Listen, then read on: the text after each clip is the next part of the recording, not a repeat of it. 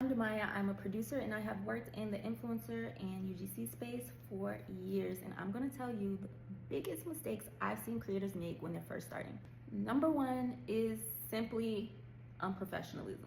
Unprofessionalism does not just come in communication and how you're speaking or being nasty, but it can also come in not delivering on the deliverables that were asked of you.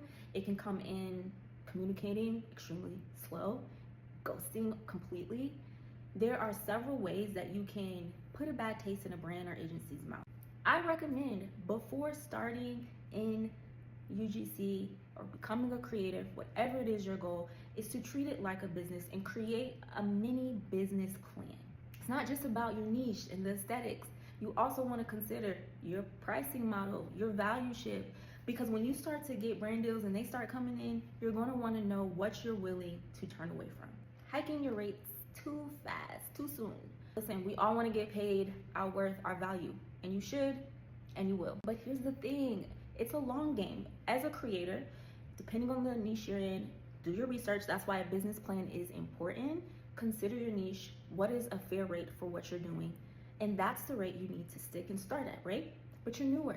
So when you are working with brands, and let's say you work with one, it goes well, and then they come back and say, hey, we want to do it again. Of course, considering the timeline, you don't want to double your price right off the bat. So if you are going to hike up your rate, you need to consider the viability of the brands that you're working with and if they're worth losing if your rate is now out of scope. Pitch to brands. Shoot your shot. Yes, marketers do get a lot of pitches coming in, but we also get a lot of campaigns and roles that come in that we have to fill as well. We may not have anything for you at the moment, but that doesn't mean we won't have a project down the line that you would be a perfect fit for.